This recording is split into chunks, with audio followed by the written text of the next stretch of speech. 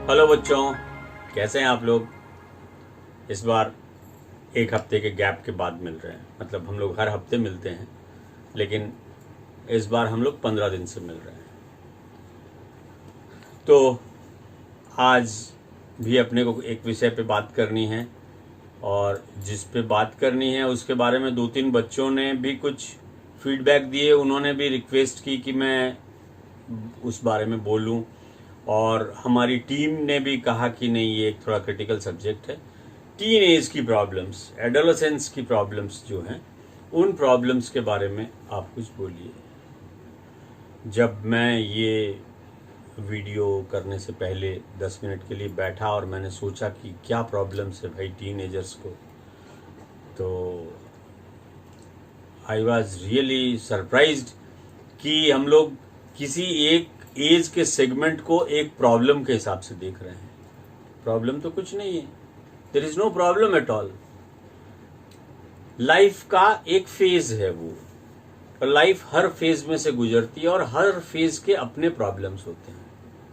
यदि उनको हम एट ऑल प्रॉब्लम की तरह देखें तो, और इस तरह यदि हम देखेंगे तो हर फेज में प्रॉब्लम है, तो उन प्रॉब्लम्स का सोल्यूशन क्या है? उन प्रॉब्लम्स का सोल्यूशन है the end of life, that's all. इसलिए कोई भी फेज प्रॉब्लम फेस नहीं है। हर फेज में कुछ उतार चढ़ाव, कुछ बदलाव, कुछ नेचुरल बातें ऐसी होती है कि जो उनको यदि केयरफुली हैंडल किया जाए तो वो स्मूथली पास हो जाती हैं, और यदि उनमें हम कन्फ्रंटेशन में आ जाएं, जो प्राकृतिक बात है उसके विरोध में जाने लगे, तो थोड़ी सी मुश्किल हो जाएगी। बस इतनी सी बात है। छोटे बचपन को आप ले लीजिए, जिसको हम इन्फेंसी कहते हैं या चाइल्डहुड कहते हैं। उसमें यदि प्रॉब्लम के रूप से देखें तो कितनी बड़ी प्रॉब्लम है कि बच्चा डिपेंडेंट है, बच्चा बोल ही नहीं सकता। बच्चे का पेट दर्द कर रहा है, वो बता ही नहीं सकता कि उसका पेट दर्द कर रहा है। बच्चे को और 10 तरह की प्रॉब्लम, उसका पेट भर गया कि नहीं भर गया वो नहीं बोल सकता, उसे नींद आ रही है कि नहीं आ रही है वो नहीं बोल सकता। उसको छोटे छोटे बातों के लिए वो अपने पेरेंट्स पर डिपेंडेंट है। तो इसको क्या करना चाहिए? इसको प्रॉब्लम की तरह देखना चाहिए? नहीं देखना चाहिए। देखते भी नहीं है हम उसको प्रॉब्लम की तरह। उसको हम एक्सेप्ट करते हैं, जैसा वो है वैसे एक्सेप्ट करते हैं और वैसे ही हैंडल करते हैं।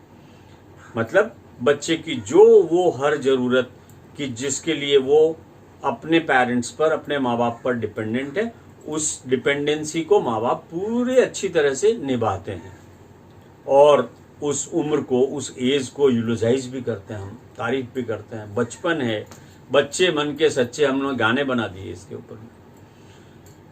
ये बात सही है, लेकिन कितनी बड़ी प्रॉब्लम है, वो डिपेंडेंट है।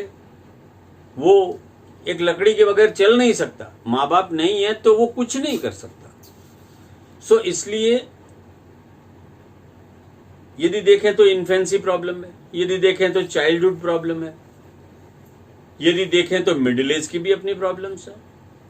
मिडिल एज में भी बहुत कुछ कन्फ्रंट करता है आदमी, और फिर ओल्ड एज की तो प्रॉब्लम्स सब जानते हैं। ओल्ड एज की अपनी प्रॉब्लम्स हैं।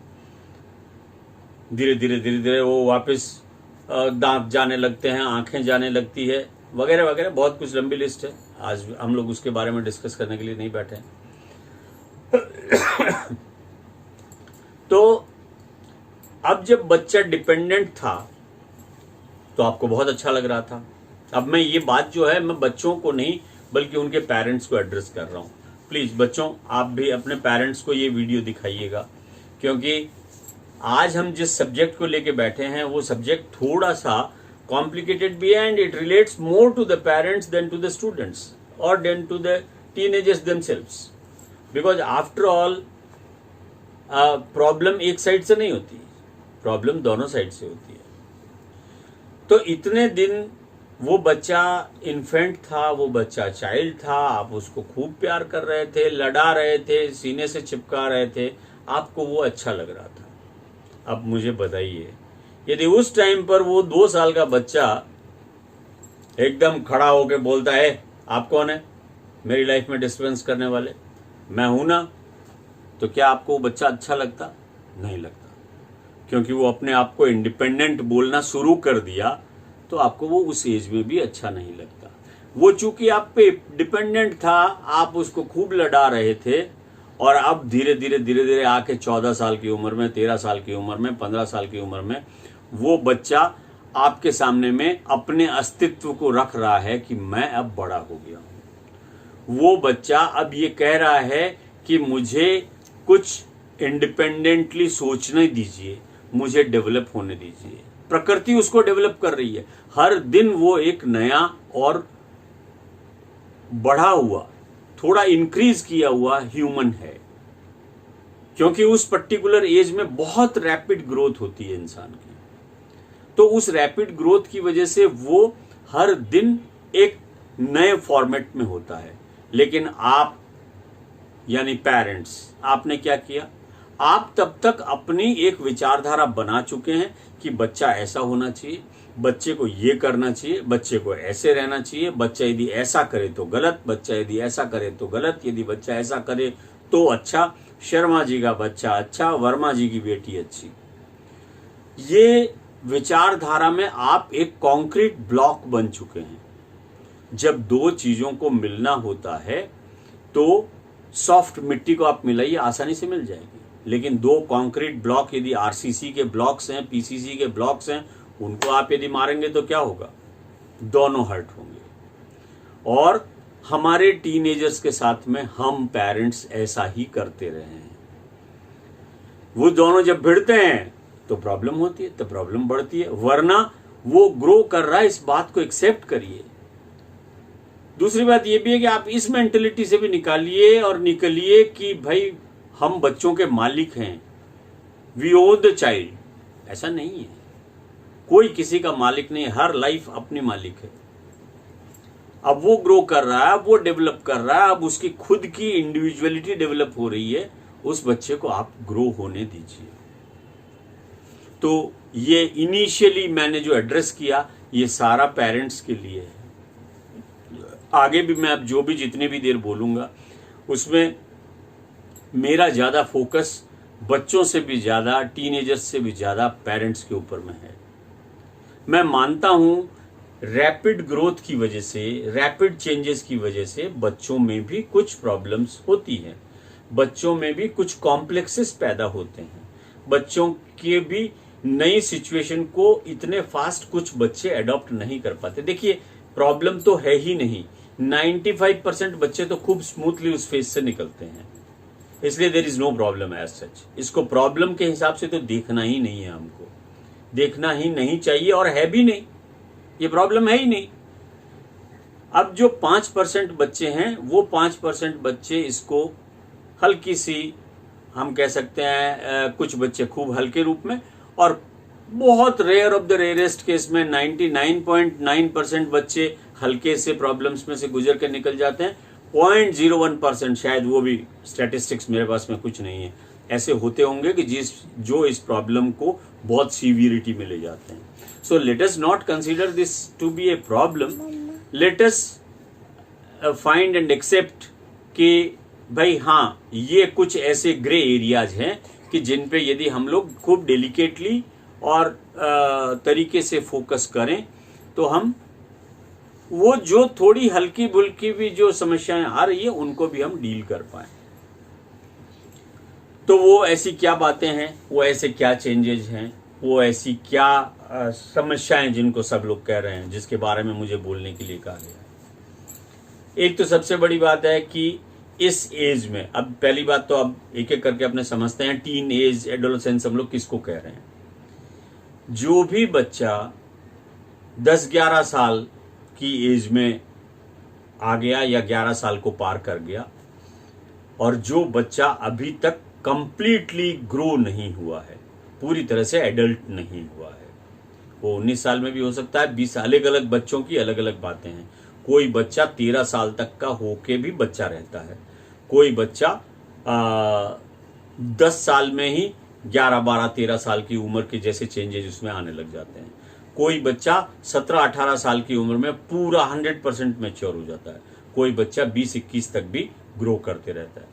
इसलिए इसको हम एग्जैक्ट एज फ्रेम में नहीं बांध सकते। जैसा कि टीन एज बोल रहे हैं वो 13, 14, 15 से लगा 19 तक है, सो एग्जैक्टली वैसा नहीं है।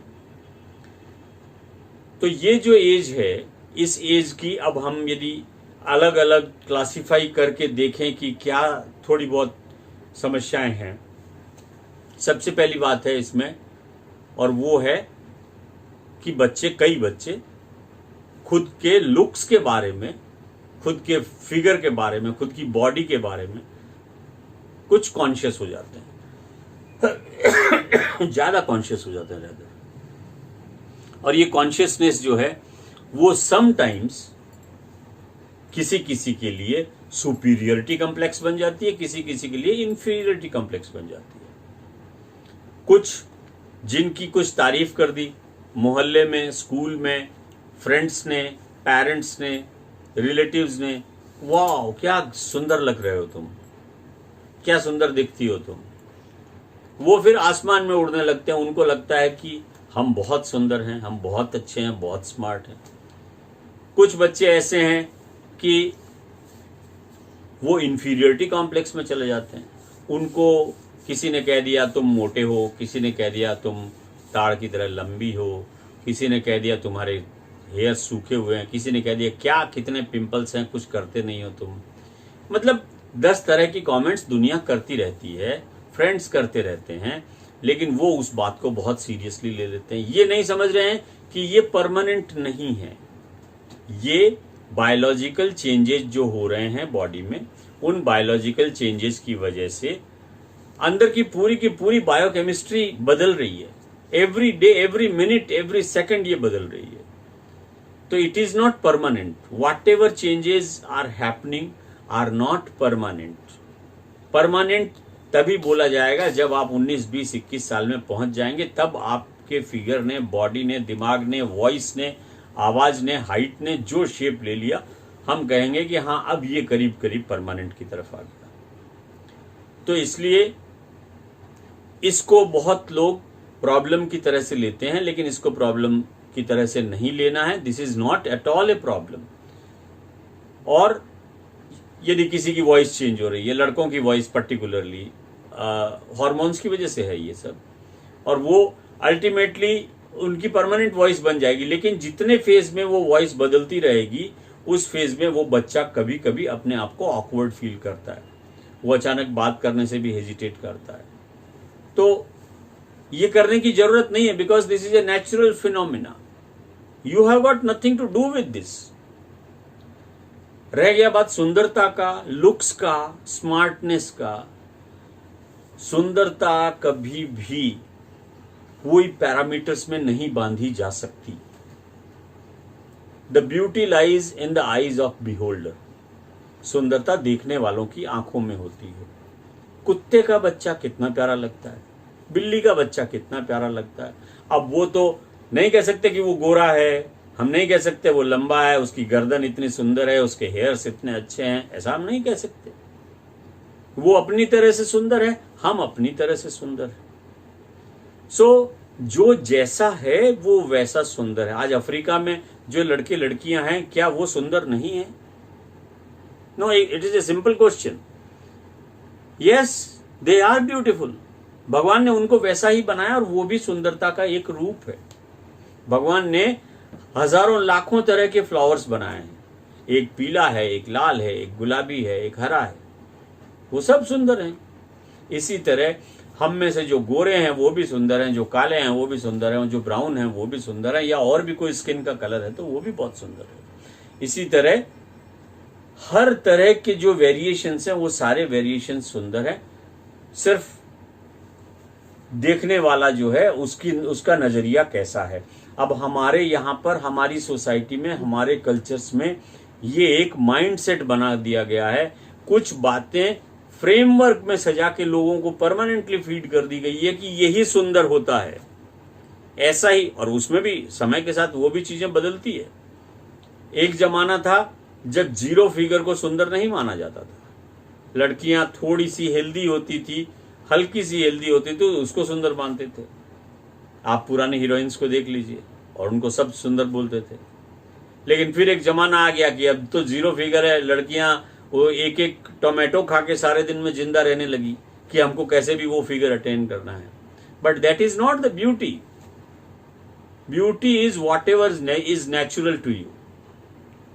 हाँ, फिजिकल एक्टिविटीज रखनी चाहिए, फिजिकली फिट रहना चाहिए, वो अलग बात हो गई, वो एक हेल्थ इश्यू हो गया, बट नॉट कि आप कैसे दिख रहे हैं। सो लुक्स के बारे में कोई भी बच्चा, कोई भी टीनेजर यदि कंसर्न है तो मैं उसको कहूंगा कि आप इसके बारे में सोचना ही बंद कर दीजिए। आप ये सोच लीजिए कि मैं इसके बारे में अगले 7 साल तक नहीं सोचूंगा, बिकॉज मैं कितनी बार सोचूंगा, कितने करेक्शंस करूंगा। Every day I am going to change, every day there will be a new dimension to your looks, every day. And you will not believe, कई बच्चों में तो ऐसा होता है कि वो 12-13 साल में जैसे थे, उनकी जैसी पर्सनालिटी थी, जैसे दिखते थे, वो जब एडल्ट होते हैं कंप्लीट, तब टोटली ट्रांसफॉर्म्ड होते हैं, डिफरेंट होते हैं। यू विल नेवर, माने आप कभी, कई बच्चों का एक, यदि आपको सैंपल सर्वे करना है तो पुराने फोटोज और नए फोटोज को सामने सामने रख के देखिए, हर बच्चे में होता है। सो आप में जो हो रहा है वो कुछ नया नहीं है। और इस बारे में मैं पेरेंट्स से भी कहना चाहूंगा कि आप बच्चे के लुक्स के बारे में उसको, आप भी ज्यादा ओवर फोकस्ड मत होइए। कई बार बच्चे उस प्रॉब्लम पर नहीं ध्यान देते हैं, लेकिन पेरेंट्स ज्यादा अट्रैक्ट करवा देते हैं। ये क्या हो रहा है तेरे को, ये तुम कैसा दिख रहा है, ये तुम कैसी दिख रही हो, ये कैसा है, ऐसा कंसर्न्स उसके सामने में मत एक्सप्रेस करिए। वो जैसी है, जैसा है, वो ग्रो कर रहा है। अब दूसरी समस्या या दूसरी बात या दूसरा कंसर्न या दूसरी ऐसी बात की जो उस रैपिड चेंजेस की वजह से हो रही है, उसके ऊपर में अपने चलते हैं। और वो है, एक प्रेशर आता है इस टाइम पे, पीयर प्रेशर जिसको कह सकते हैं, कॉम्पिटिटिवनेस आती है। अब चूंकि इन्फेंसी और चाइल्डहुड में बच्चे को इतनी समझ नहीं थी कि भाई मेरे को आगे कुछ करियर बनाना है, मुझे कुछ करना है, लेकिन जब वो टीन एज में घुसता है तो उसके पेरेंट्स भी, उसके टीचर्स भी, उसके रिश्तेदार भी, सब उसको कहते हैं तेरे को ऐसा करना है, तेरे को ये बनना है, मौसी जी के लड़के ने ये किया, मामा जी के लड़के ने ये किया, चाचा जी की बेटी ने ऐसा किया, बुआ जी के वहां पे तू नहीं करेगा तो बहुत कैसा लगेगा, सबके सामने में हमारी नाक कट जाएगी, तू नहीं करेगी तो हमारा ऐसा होगा वैसा होगा। उसको एक तो वैसे नेगेटिव प्रेशर में पेरेंट्स ले जाते हैं और रिलेटिव्स ले जाते हैं, और ऊपर से हमारा इतने सालों का जो एजुकेशन सिस्टम रहा है, अब कुछ चेंजेस हो रहा है, लेट अस होप कि वो चेंजेस इंप्लीमेंट प्रॉपरली हो, लेकिन इतने सालों का जो हमारा एजुकेशन सिस्टम रहा है, वो सिस्टम भी उसको एक रैट रेस में घुसा देता है बच्चे को। और फिर वो बच्चा भी उन्हीं बातों को चूंकि रोज सुनता है, इसलिए वो उससे इन्फ्लुएंस्ड होता है, और फिर उसको लगता है कि यार वो बच्ची अच्छा कर रही है, वो मेरी फ्रेंड अच्छा कर रही है, या वो मेरा फ्रेंड अच्छा कर रहा है और मैं पीछे रह जा रहा हूं। आप पीछे नहीं रह रहे हैं, इस बात को मैं आपको गारंटी देता हूं, आप पीछे नहीं हैं। आप जो कर रहे हैं, हो सकता है उस काम में आपका उतना इंटरेस्ट नहीं है, हो सकता है आप में कोई दूसरा हिडन टैलेंट है, लेकिन वो हिडन टैलेंट निकालने की अभी आपकी उम्र नहीं है, या आपको वो अपॉर्चुनिटी अभी नहीं मिल रही है। वो मिलेगी आपको अपॉर्चुनिटी, और वो अपॉर्चुनिटी बाय द वे आप मिस भी कर गए इस लाइफ में, तो भी आपके अंदर में जो एक इनहेरेंट टैलेंट है, वो टैलेंट किसी दूसरे रूप में निखर के आएगा। Don't worry about this. So let your life grow, let your situations develop. आप समय से पहले कंसर्न मत होइए, और आपसे जो भी कह रहे हैं मैं उनको भी रिक्वेस्ट करूंगा, आपके पेरेंट्स हैं चाहे आपके रिलेटिव्स हैं, कि प्लीज बच्चों को इस प्रेशर कुकर में मत डालिए कि जहां पे ऊपर सीटी ही नहीं लगी हुई है। Don't put them into pressure, give them an environment. वैसा एनवायरमेंट दीजिए कि जिसमें वो ग्रो करें, वो समझें और पढ़ें और आगे बढ़ें। उनको प्रेशर में लाना किसी भी हालत में अच्छा नहीं है। कंपटीशन होता है, competition will always be there. All life is, entire life is about competition. आप छोड़िए बाकी ह्यूमन लाइफ को, आप छोड़ दीजिए। आप नेशनल ज्योग्राफिक देखिए, आप डिस्कवरी चैनल देखिए, वहां पे जो जंगली जानवर हैं, अपने वाइल्ड लाइफ को आप देखिए, एक शिकार के लिए 3-3, 4-4 पीछे लगे हुए हैं। कंपटीशन वहां पे भी है, everywhere there is a competition, but that does not mean that we will make it as a stress point. No, we should not. तो ये एक बात है जो कि टीन एज के समय में ज्यादा फोकस हो जाता है उसके ऊपर में, वहां से आपको फोकस हटाना है और आपको उसको लाइटली लेना है, कंफर्टेबली लेना है, एट द सेम टाइम पढ़ाई करनी है। There is no doubt, there is no substitute to the education, this you must realise. अब यदि हम इसके अलावा कुछ बातों पर ध्यान दें, और वो ध्यान देने वाली बातें बायोलॉजिकल है, बायोलॉजिकल चेंजेज आ रहे हैं, तो ऑपोजिट सेक्स की तरफ एक अट्रैक्शन होना नेचुरल है, ये बहुत नेचुरल है। उतना ही नेचुरल है जितना नेचुरल खाना खाना है, उतना ही नेचुरल है जितनी की दुनिया भर की शारीरिक एक्टिविटी हम सारे दिन करते हैं, उतना ही नेचुरल है। लेकिन अब इस नेचुरलिटी के होते हुए भी उसको हम समस्या क्यों कह रहे हैं टीनेज में? इसलिए कह रहे हैं, देयर आर सर्टेन रीजंस।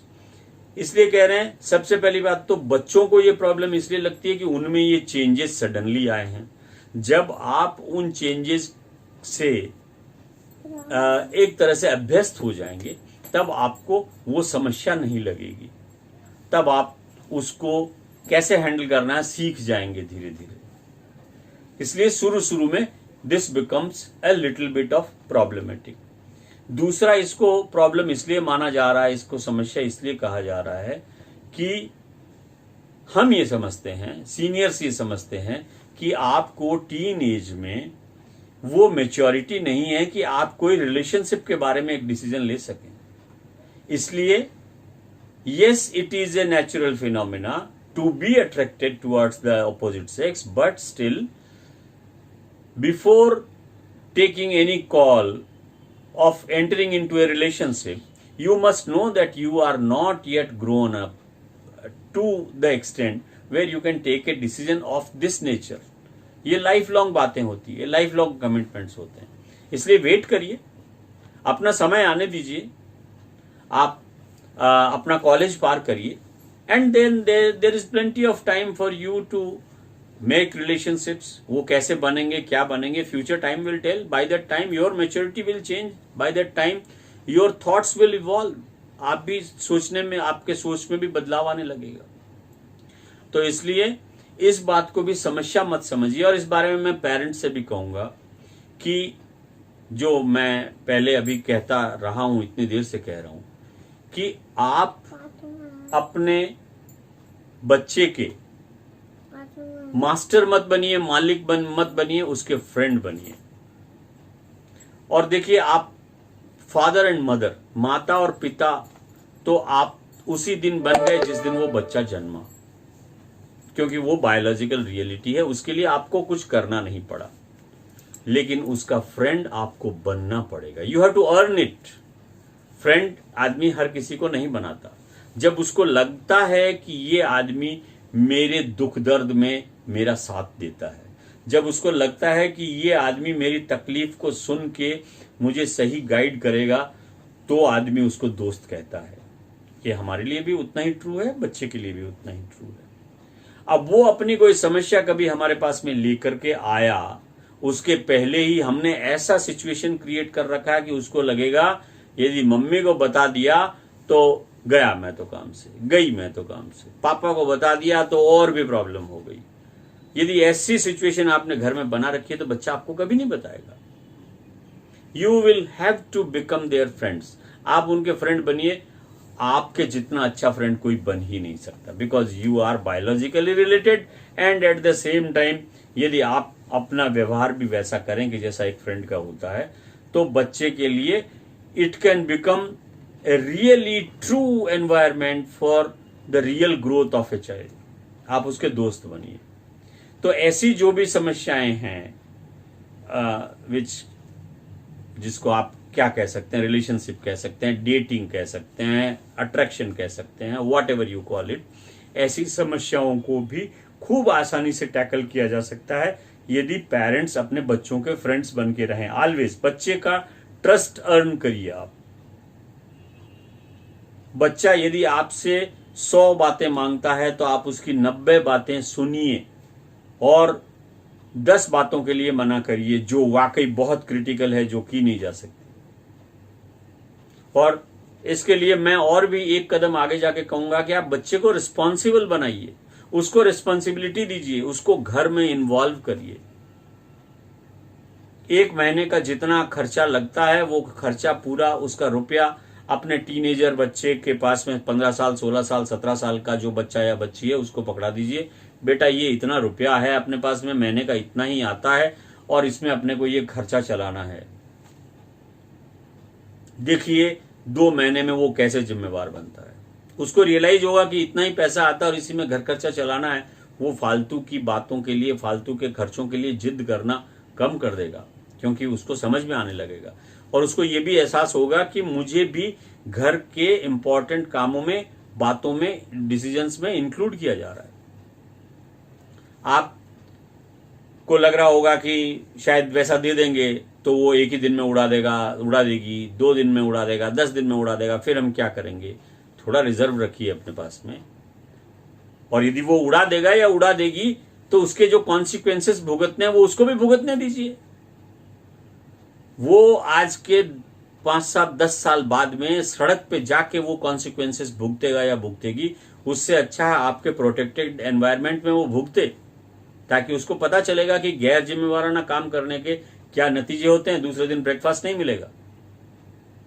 सो जिम्मेवारी दीजिए इन ए नटशेल। और इसके बाद नेक्स्ट लेवल की समस्याओं का जहां तक सवाल है, वो समस्याएं वी कैन से, बहुत लोग जिसको आइडेंटिटी क्राइसिस कहते हैं, लेकिन मैं उसको आइडेंटिटी क्राइसिस नहीं कहता। मैं कहता हूं it is development of an identity, it is not a crisis.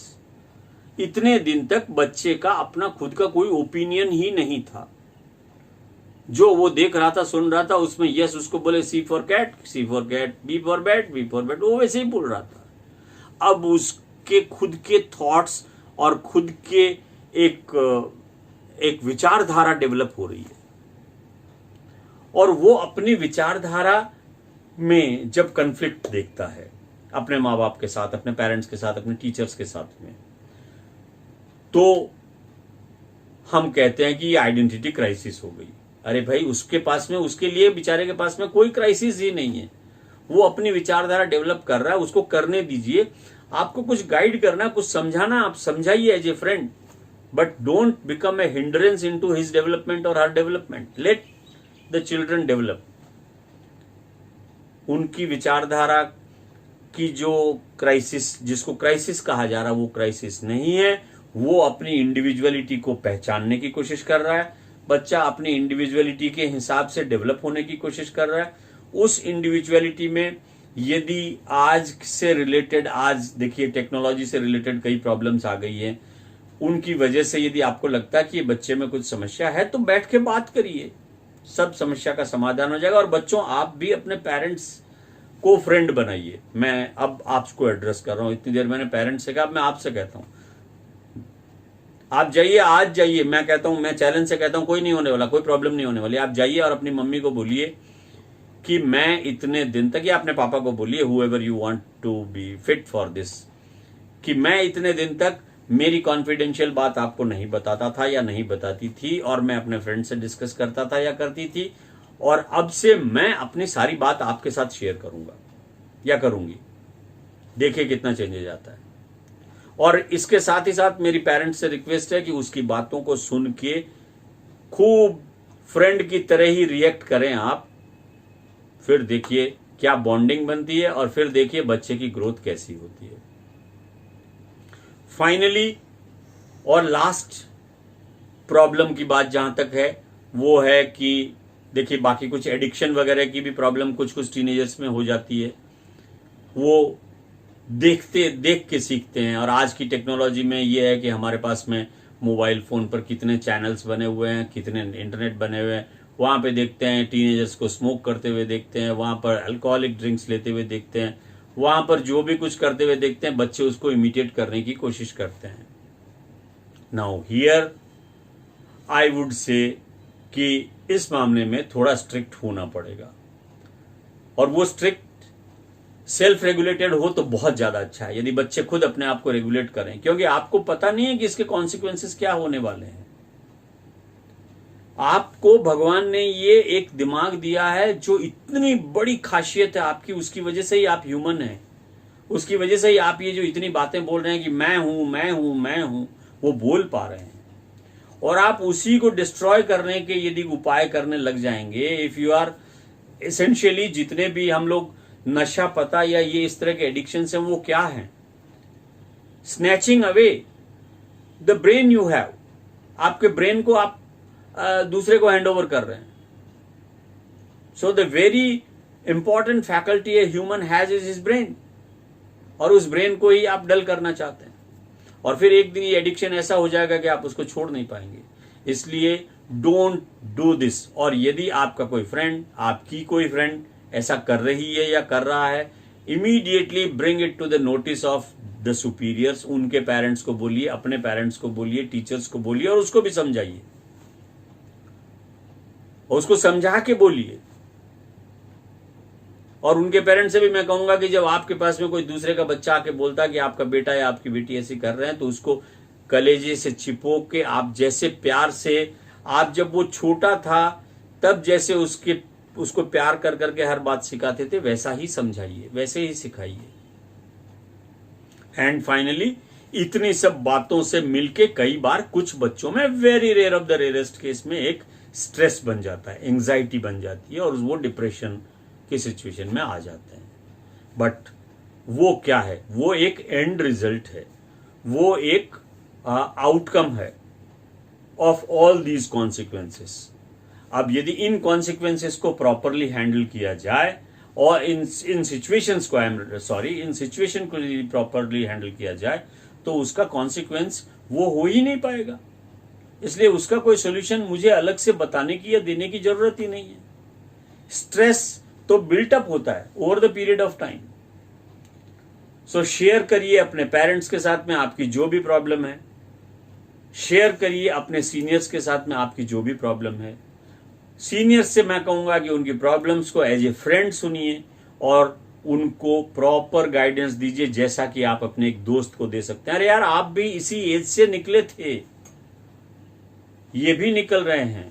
आप देखिए, मैं आपको एक बहुत छोटा सा उदाहरण देके समझाता हूं कि जो टीनेजर बच्चे हैं, उनकी बॉन्डिंग अपने पेरेंट्स के बजाय अपने ग्रैंड पेरेंट्स से ज्यादा होती है। ऐसा क्यों होता है? ऐसा इसलिए होता है कि जो टीनेजर्स हैं, वो जब चाइल्ड थे तो बहुत, हम लोग कहते हैं बच्चे मन के सच्चे, एकदम प्योर थे। अब धीरे धीरे उनका माइंड पॉइजनस हो रहा है, करप्ट हो रहा है, सांसारिक बातों की तरफ बढ़ रहा है। और जो बूढ़े हो रहे हैं, वो धीरे धीरे वो अपने उन हार्मोनल पॉइजन से बाहर निकल रहे हैं। So they both are in a same state. इसलिए उन दोनों में थोड़ी बॉन्डिंग होती है। और प्लस खैर इसके और भी कई रीजंस हैं, वो बायोलॉजिकल रीजंस भी हैं, that is a totally different subject. तो कहने का मतलब है, दोस्ती बनाइए, अपने बच्चों को दोस्त बनाइए, और बच्चों आप भी अपने पेरेंट्स में बिलीव करिए, उनको बताइए। कहीं पे भी कन्फ्रंटेशन पे आने से कुछ नहीं होगा, बैठ के बात करने से हर समस्या का समाधान है। होप मेरा ये वीडियो आपको अच्छा लगेगा। आपकी यदि कोई भी क्वेरी है तो प्लीज़ कमेंट बॉक्स में लिखिए और मुझे बताइए। आप और भी किसी सब्जेक्ट से परेशान हैं, आपकी और कोई समस्या है, you can tell me, I will try to guide you as much as possible. यदि वीडियो आपको पसंद आया हो, प्लीज़ शेयर करिए। Thank you very much.